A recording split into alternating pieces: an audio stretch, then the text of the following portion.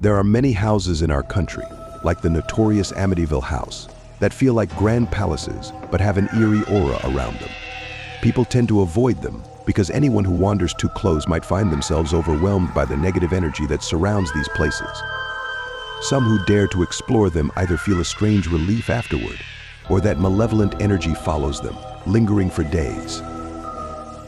In the neighborhood of Eastwood, New York, there's a similar story of a building, one so unsettling that locals won't even talk about it. Room number 202 on the second floor of this building is particularly feared.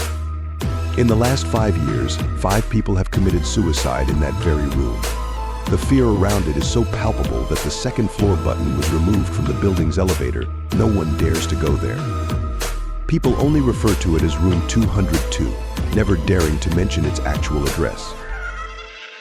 Back in 2009, a man named Michael Johnson, who worked the night shift as a radio DJ, moved into that building. He would always return home late, and though people would stare at him from their windows, no one ever spoke to him.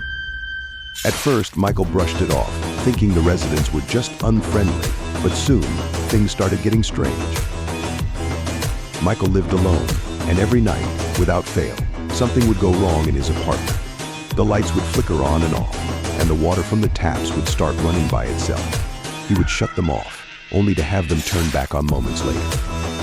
While unnerving, Michael tried to convince himself it was just faulty wiring and plumbing. But one night, something far more terrifying happened. As Michael lay in bed, he was awakened by the sound of a woman sobbing. It was a heart-wrenching cry, filled with pain, as if someone was in the worst kind of agony. Gathering his courage, Michael got up and followed the sound to the living room. But just as he reached the door, the crying stopped. That's when someone knocked on his front door 3 sharp knocks. Michael hesitated, then opened the door, only to find no one there.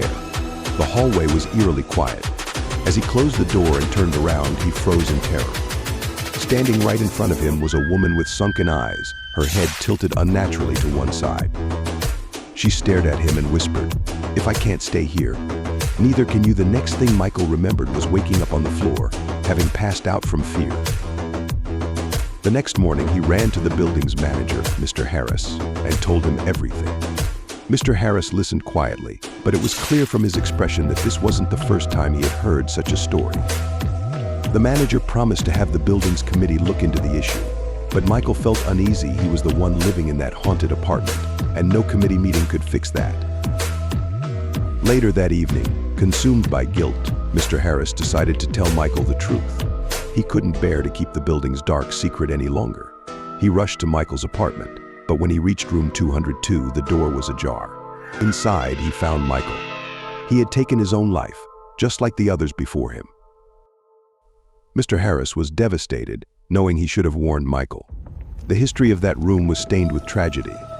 It all started in 2005 when a woman named Rachel Simmons lived there with her husband.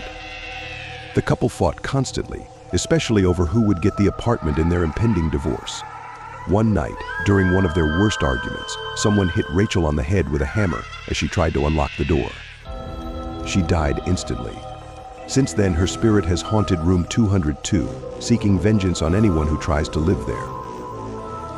After Michael's death, the residents of the building insisted that the second floor button be removed from the elevator. No one dared to speak of room 202 again.